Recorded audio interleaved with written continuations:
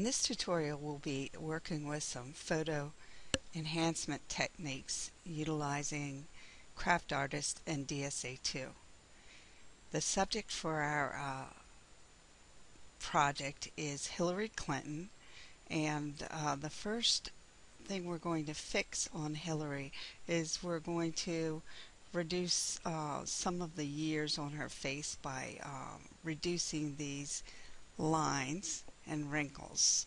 So this is the first thing that we will do, because the particular process that we'll go through you cannot do once the picture has been converted to a bitmap, which we will do later. So that is why this is the first. We'll select the picture and go into Photolab.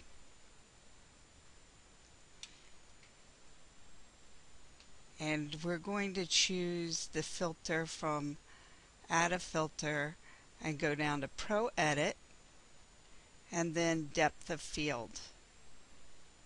And as you can see, the picture will be blurred, and we will use that to our advantage in this tutorial to remove some of those lines and wrinkles. The next thing we're going to do is to create a mask, as we have done before. In the depth of field area that has just been added, you'll see an icon in DSA2 that looks like a mask, and in Craft Artist it looks like a brush. So we're going to click on that and click on New Mask.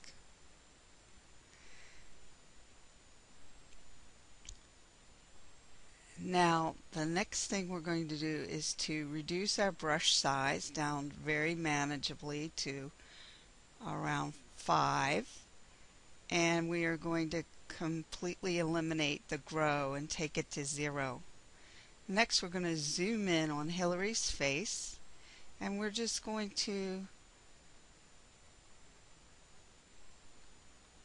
outline some of the wrinkles and lines to make her look a little younger. It's not necessary, but it will enhance the photo, and that's what we're looking to try to achieve. There's certainly nothing wrong with lines. We've earned every one of them. And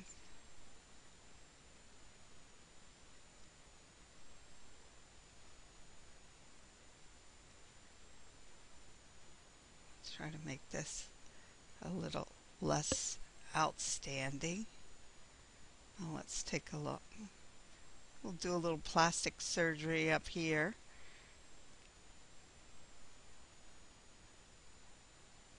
I feel like a plastic surgeon doing this. Okay, let's see.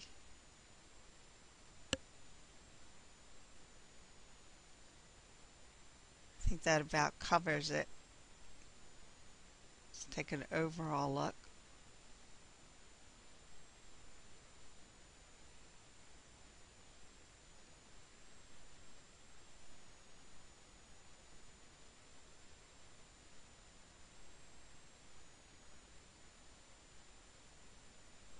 Okay, that looks like I've addressed most of her lines and wrinkles in her face. So the next step is down here at the bottom is a feather slider. We're going to increase that by approximately 2 or 3 pixels. And what that does is it prevents it from having a defined edge when you complete this.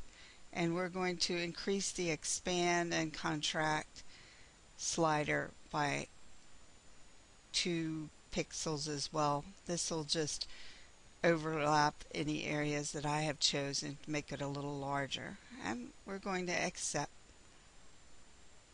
As you can see, it just visibly removed or blended in those lines and wrinkles.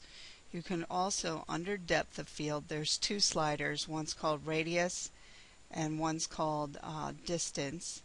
And you can work with them in the lower spectrum of this to subtly change to make those changes that we did may be a little more natural looking, so that's up to you. You can play with that or you don't need to. And we're just going to say OK. So now we've accomplished the first phase of our surgery on Hillary Clinton, and we have fixed her. We've taken about, I'd say, 10 years off the look of her face. So the next thing we want to do is brighten her smile. So now is when we're going to get into working with mask changing colors, and we will need to convert it to a bitmap. So we're going to go to Tools and Convert to Bitmap. And after every sequence of working with a color mask, you're going to need to do that step. So let's proceed into generating a good white smile for Hillary. We're going to go back into the Photolab, and we're going to go to Add Filter at the top, Pro Edit, and we're going to go down to Selective Color. This is the only other filter that we're going to be using besides the depth field that we just finished with. And you'll notice that now that Selective Color has come in and has been selected, you'll see channels, and what you want to change that to is one of the colors that most matches the color that you're working with. So I'm going to choose whites. It could be yellow in this case too, because they're very close. And I'm going to work primarily with these two at the bottom, since cyan and magenta don't really work in the white range. So we're going to take the yellow all the way down to remove that to 0 practically in what we're working with. And then we'll take the black. The black slider in any case will just either make things darker or lighter. So we're going to, with the teeth being the mask and the only portion of this picture that's selected, we're going to drag it down a little bit left to center so that it's a little brighter. So there she now has a whiter smile. We're going to go ahead and select that. And as you notice, this tooth is a little less white than this. You can do the same process over and only include these teeth, and then the whole smile will be this color. So I'm not going to do that here in the interest of time, but the next thing we need to do is to go to Tools and Convert to Bitmap. So after we finish any color masks, we need to perform that step. The next thing we're going to change on Hillary is the color of her eyeshadow, since we're going to be changing the color of her outfit. So to do that, we'll go back into the Photolab,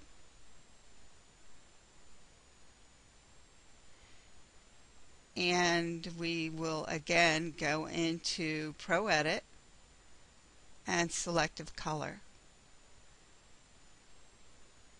And for this, we're going to choose a color that is the neutrals, because brown falls into that range.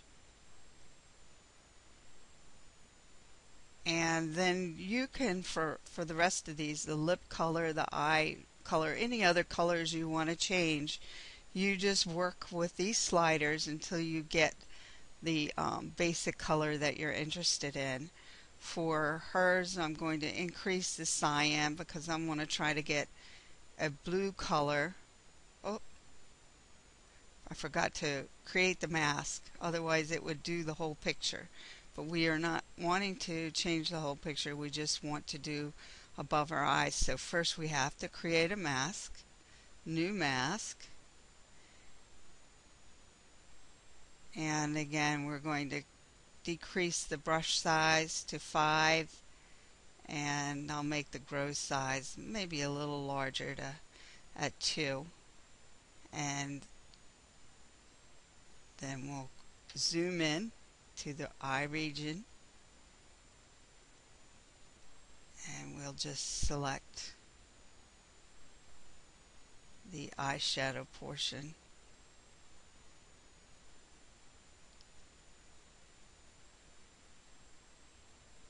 So the difference is that because I set the grow size to 2, you notice it kind of just like a magnet grabbed maybe more than I wanted to. So in this situation it might have been better to have a 0, but we can clean it up with the remove regions. In any of these that we're working with today, the mode for the mask brush should be set to select, and when we're choosing our region we have it selected at plus. If we're removing things, we switch it over to minus. So we're going to clean up this area that the grow included that I didn't want.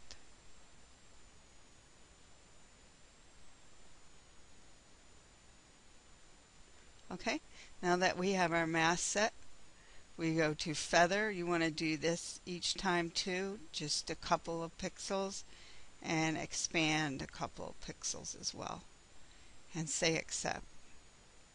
Now in this case we have this already set to neutral. I'm going to increase the cyan because I'm going to be changing the color of her jacket to a blue color. We don't really need to work with the magenta. I'm going to take the yellow down, and most of these numbers I just got from trial and error. I have this set at -24 and this at 44%, so it's making it turn a little more blue. And then the black again is just a shade increaser or decreaser. I'm going to decrease it till I get the shade that I want. And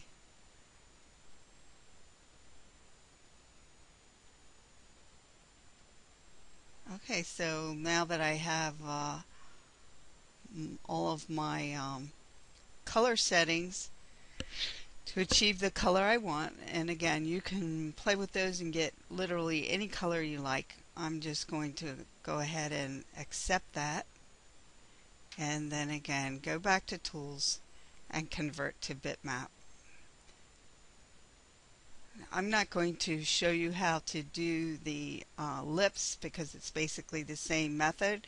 Just choose red when you have the color choice in selective color, and you can change the color of her lips or anything else. So let's move on. Now that we have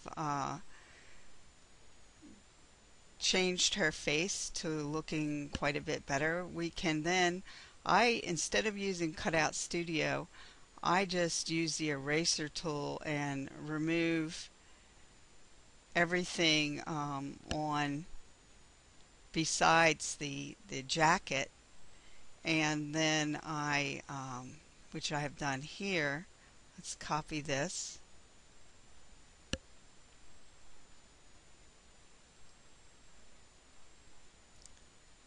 and then once I have used the cutout tool to remove everything from the jacket, or rather I use the eraser tool, but you can use the cutout tool. I just use the eraser tool so that I get a nice very even edge.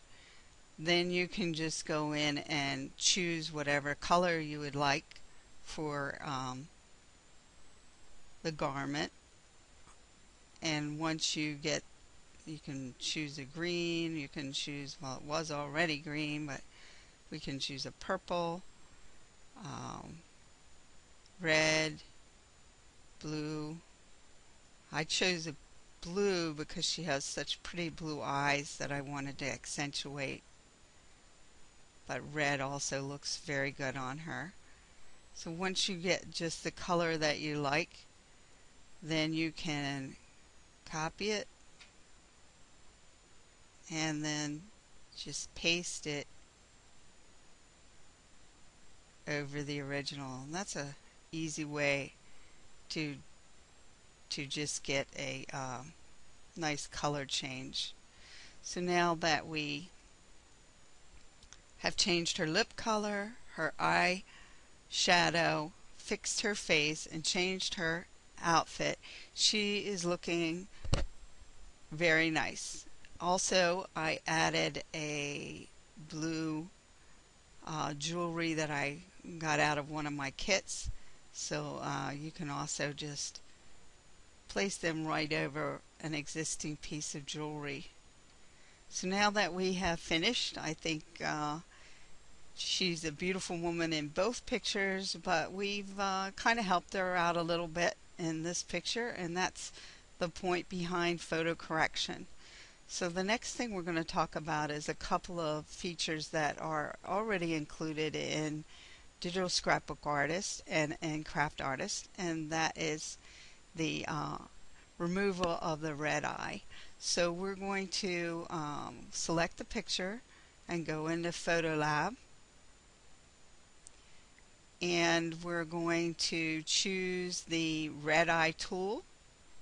I chose this image off the internet. It is in the public domain, and all we do is just draw a square around that, and couldn't be any easier, and just say accept. So that is how to use the red eye tool, and we're going to save that. Yes. So the next tool I'm going to show you briefly is the blemish removal tool. As you can see, this young lady has a blemish on her forehead, so we're going to go into the Photolab, and we'll zoom in a little bit. This is extremely easy to use. It works on the principle of grabbing an area close to the area that you want to modify and replaces or clones it onto that area. So the easiest way to do this tool is just to take the circle that's provided and just click on your mouse, and it removes it. Now I'll show you another feature of this tool. It basically over here has two modes, an automatic mode and a manual mode. And what I have just done is the automatic mode. However, you can, let's go out of this. Let's see. We'll do a redo to bring it back. You can choose this tool and click on it, and when you do that you can move it around, and what it's going to do is it's going to pick up wherever you're moving it is going to be what replaces that area. So if you're getting some strange things popping in, that is generally why. So let's just kind of show you too that if you click off of it and expand out, it also increases the area, so you can actually get some interesting effects that way. If you expand out even farther,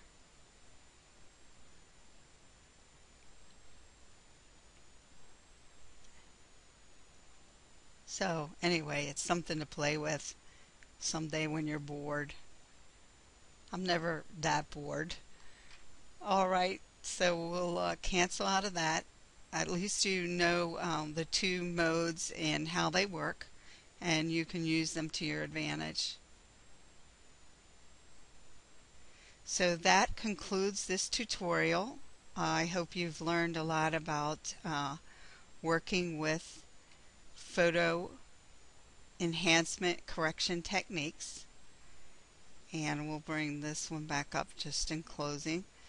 And I hope that you'll be able to use this for some photos, although DSA2 and Craft Artists are not photo enhancement or correction tools as some of the more expensive products are. You can see that you can get by on some simple basic photo correction techniques. Thank you for watching my tutorial, and have a great day.